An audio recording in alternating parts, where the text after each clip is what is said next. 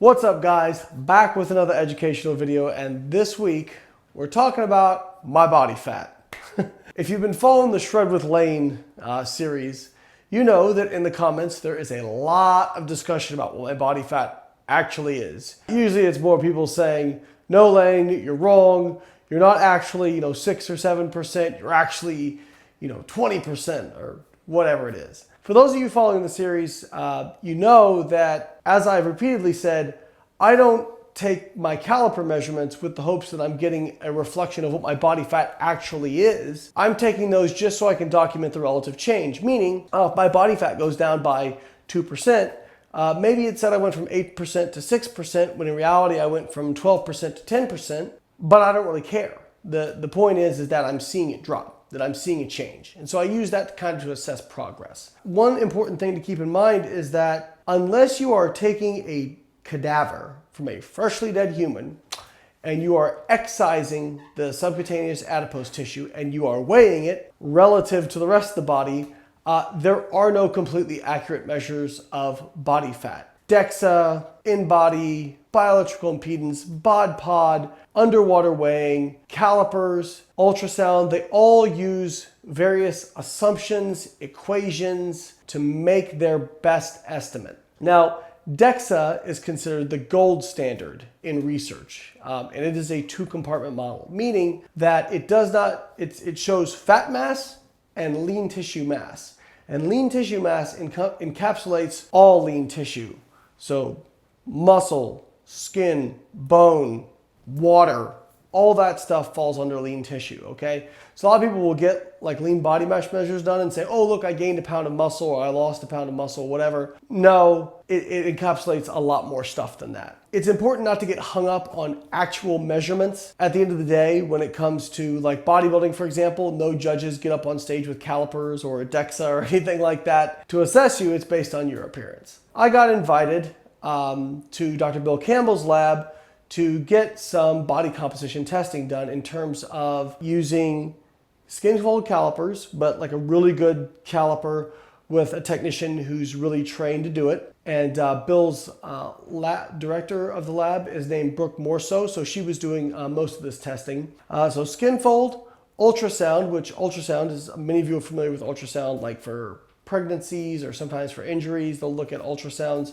but can also assess basically how much tissue you have from the surface to a certain level. It's something that's been used in studies quite a bit to report muscle thickness or fat tissue thickness. And there are equations that can allow you to get an estimate of body fat as well. They also did in-body on myself and Holly and one of our team members, Teresa Miller. And we also did RMR testing. We've talked about kind of like total daily energy expenditure, as well as maintenance calories. Those two are the same thing. So your total daily energy expenditure, if you eat that amount of calories, you'll maintain your body weight.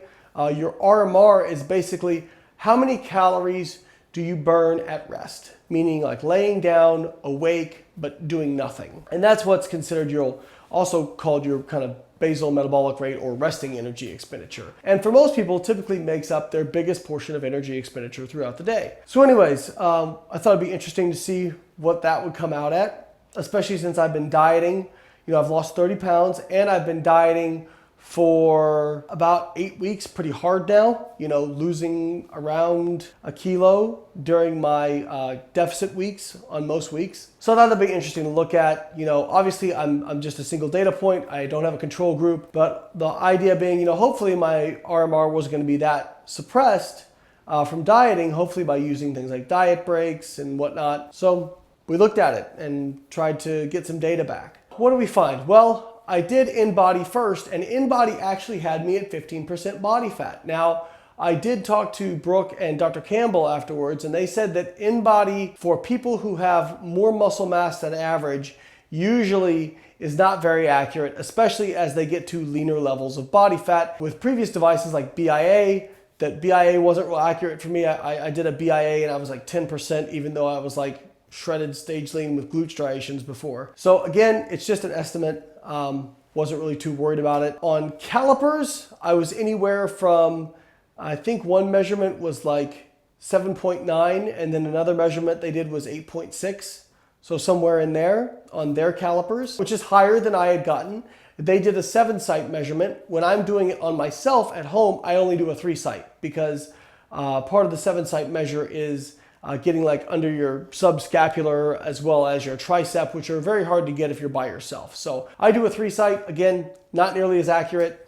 I think that this was probably much more accurate. And then on the ultrasound, I got 2 measurements done, separated by about half an hour. One was 9.9% and the other one was, I think, 10.9%. So what does that say? What's my real body fat? Well, we don't really know, right? Unless we're gonna kill me, take all my fat mass out, weigh it, we're not going to know. So as much as some people out there might like to see that, it's not going to happen. If I had to guess, if I took a DEXA, I would bet I'm probably around what the ultrasound says, probably 9 or 10% body fat. I know Alberto Nunez, who was insanely shredded at his show, got a DEXA done, and he was about 6% on the DEXA. People were saying he was going to be 2%, 3%, you know, and he was higher than most people expected. And I think that's probably right around where I would be in terms of like the difference. So calipering at, 6% at home, probably 10% in reality, that's fine.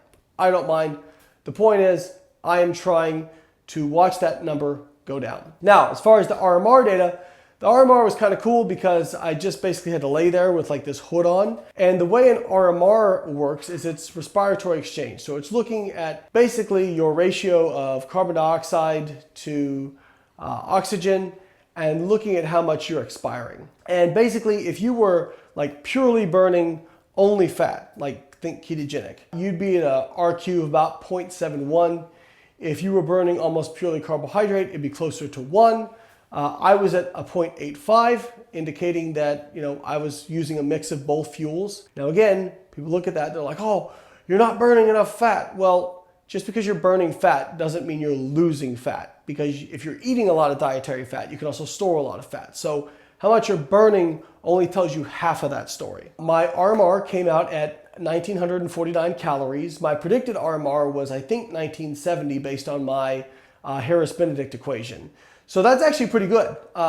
Basically, there's no difference. So that would indicate that I don't have really a whole lot of metabolic adaptation at this time in terms of my RMR, because metabolic adaptation of your RMR or BMR is usually assessed by looking at your predicted RMR versus your actual RMR. So mine was very small difference. I guess you could argue, it was like 21 calorie difference. I'm not sure if that's an actual real difference, but in any case, it doesn't seem to be very severe. Like there are some metabolic adaptations in the literature that are reported up to several hundred calories. So I'm pretty happy with that.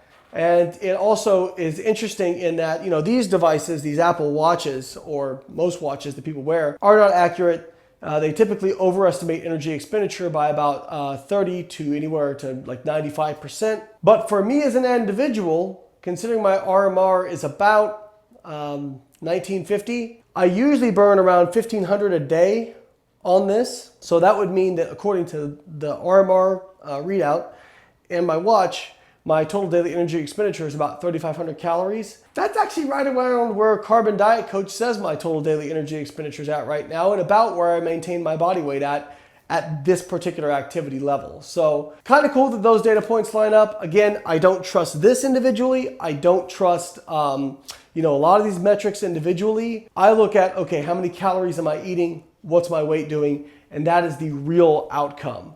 But interesting to see that they all did kind of tend to line up. And again, the way I use this is I just try to make sure my steps are consistent.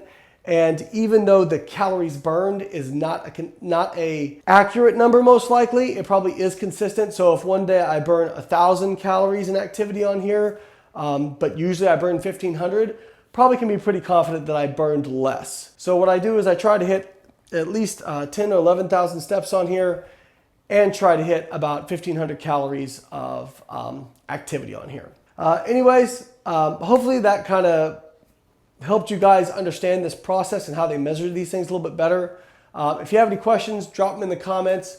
Hope you enjoyed this video. If you liked the video, like the video, subscribe to the channel, and I will catch you next week.